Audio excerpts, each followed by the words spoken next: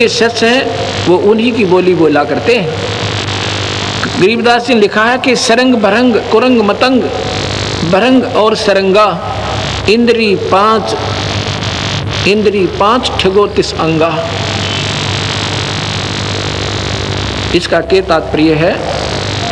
शब्द सप्रस रूप रस गंध, ये चार विषय हैं हमारे जो इस काल बली ने इस जीव के ऊपर ठोप रखे हैं, इनको ये नचा रहे हैं। फिर कहते हैं तुम रे संग पांचों प्रकाशा योग युगत की झूठी आशा। एक विषय के वश होकर शब्द, ये कान का विषय है, मीठे मीठे शब्द या गाने सुनना ये भी विषय है। जब इन विषयों से भी आपकी आत्मा दूर हो जाएगी और भगवान के चिंतन में, उसके सिमरन में, उनके गुणों में बैठकर रोना शुरू करोगे, तब आपकी आत्मा भगवान की तरफ अग्रसर हुई है।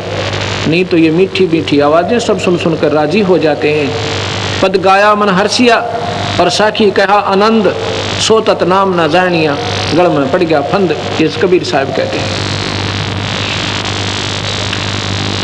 कुरंग, कुरंग कहते हैं हिरण को।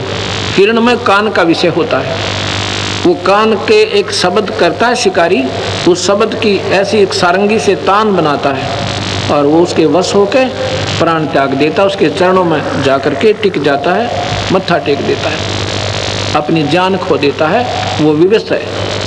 ऐसे ही फिर कहते हैं शब्द सप्रस, हाथी के अंदर काम वासना ज्यादा होती है। हाथी पकड़ने वाले एक हथनी सिखा कर ले जाते हैं, पढ़ाई हुई होती है, एक गड्ढा खोद देते हैं नीचे लंबा चौड़ा और उसमें घास ऊपर डंडे डालकर, बांस डालकर, मिट्टी डालकर घास ऐसे लगा देते हैं जैसे यहाँ खड़ा ना हो। उस हथनी को हाथियों के झुंड में भेज देते हैं, वो हाथी के चारों तरफ स्पर्श करती है, उसको वासना जगाती है, फिर भाग लेती है। उसके पीछे 2-3 हाथी भाग लेते हैं, वो वहाँ आकर के और वो पकड़ने वाले ऊपर वृक्षों पर चढ़ जाते हैं, अपना दूर उनको दिखाई नहीं देते। हाथी अंधे होकर भाग लेते हैं, हथनी उस स्थान को बाई काट कर जाती है, बाईपास करके और सीधी फिर भाग लेती है। हाथी सीधे भागते हैं, वो सारे के सारे उस गड्ढे में गिर जाते हैं और फिर उनको नचाया जाता है, उसके वश हो गए।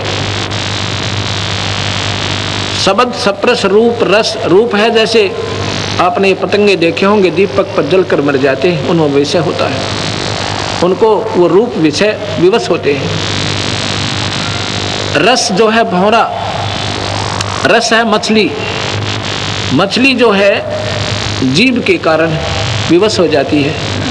मछली पकड़ने वाला एक मांस का टुकड़ा और एक हुक में डालता है, लोहे के हुक में, कांटा कहते हैं उसे, और पानी में छोड़ देता है।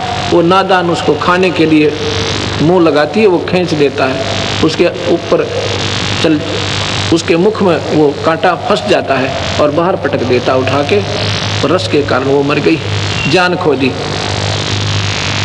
और गंध, भंवरा जो होता है फूल के ऊपर बैठ जाता है, जो बड़े फूल होते हैं उसमें इतना विवश हो जाता है, उस पर उठा नहीं जाता और वो फूल बंद हो जाता है शाम को, वो 12 घंटे में मर जाता है, उठता नहीं।